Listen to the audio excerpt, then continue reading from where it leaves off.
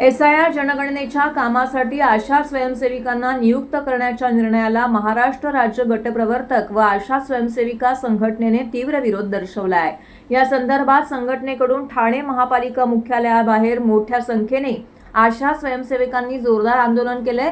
संघटनेच्या म्हणण्यानुसार आशा स्वयंसेविकांची नियुक्ती राष्ट्रीय आरोग्य अभियानांतर्गत करण्यात आली असून त्याचं मानधन हे कामावर आधारित आहे। गर्भवती माता, स्तनदा माता, नवजात बालकांची देखभाल, लसीकरण, पल्स पोलिओ, आयुष्मान भारत योजना, विविध आरोग्य सर्वेक्षण तसेच डेंग्यू, मलेरिया, टायफॉइड सारख्या साथीच्या आजारांवरती नियंत्रण ठेवण्याची महत्त्वाची जबाबदारी त्यांच्यावर असते।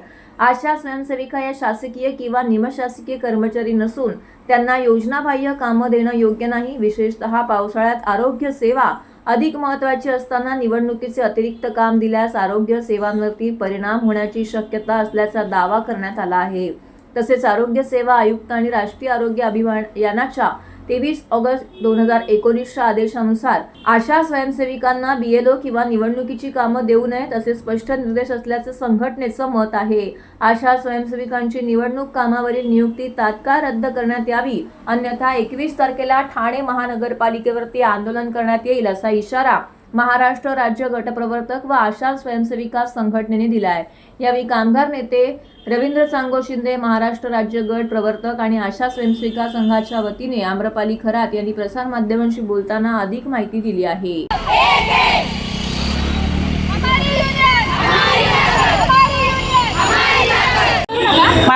माझं नाव आम्रपाली खरात, मी आशा वर्कर आहे।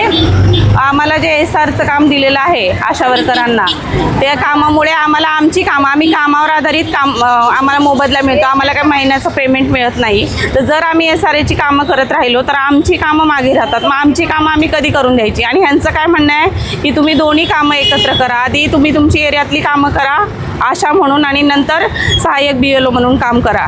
तर ते आम्हाला शक्य नाही, कारण की आम्ही काय पूर्ण दिवसभर तेच करत बसायचं का? आम्हाला इतर कामं नाही आहेत कामची। यामुळे आमची उद्या जर एरियामध्ये काही एखादी NC PNC उद्या काही झालं तर त्याचंसुद्धा त्याची जबाबदारी आमच्यावर आहे।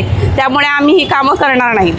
उद्या हे रिस्की आहे की उद्या एखादी गरोदर माता, तिला जर सेवा व्यवस्थित मिळाली नाही तर उद्या आरोग्य केंद्रातले सगळे लोक, इव्हन महानगरपालिकेतले अधिकारीसुद्धा आम्हाला विचारतील तुम्ही एरियामध्ये काय करता। त्यामुळे आम्हाला हे SRचं काम नाही द्यावं असं मी शासनाला सांगते। 400 आशा वर्कर आहेत।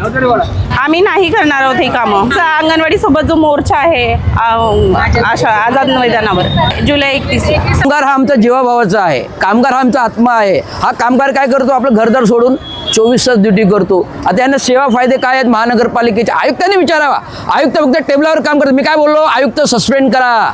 उपमुख्यमंत्र्यांनी काय बोललो त्या दिवशी? आयुक्ताला सस्पेंड करा, कारण आयुक्तच काम करत नाही तर संबंधित खालचे अधिकारी काय करणार काम? माझा अजूनही आक्षेप तोच आहे, आयुक्ताला सस्पेंड करा। मी लोकायुक्ताकडे पेपर पत्रव्यवहार बनवले जाणार आहे। पण आता हे सर म्हणजे काय? State investigation report of elections commission. आता हा जो रिपोर्ट आहे, आता हे रिपोर्टला अधिकार कोणाचे आहेत?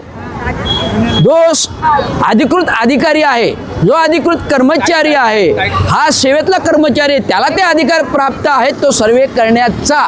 कुठलाही कॉन्ट्रॅक्ट कर्मचारी on the basis of contract of bye lodge, कामगार आयुक्त लॉज, कामगार बाय लॉज, त्याचा जर हिशोब केला तर आयुक्त अडचणीत येणार।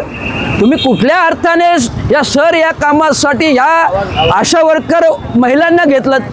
काय ऑथेंटिक ऑथॉरिटी, काय कायदा आहे, काय कानून आहे, काय घटना आहे, काय संविधान आहे? मला ते सांगावं आयुक्तांनी समोर यावं ना। तर मी आयुक्ताच्या टेबलवर येतो, मी सांगतो घटना कानून काय आहे ते।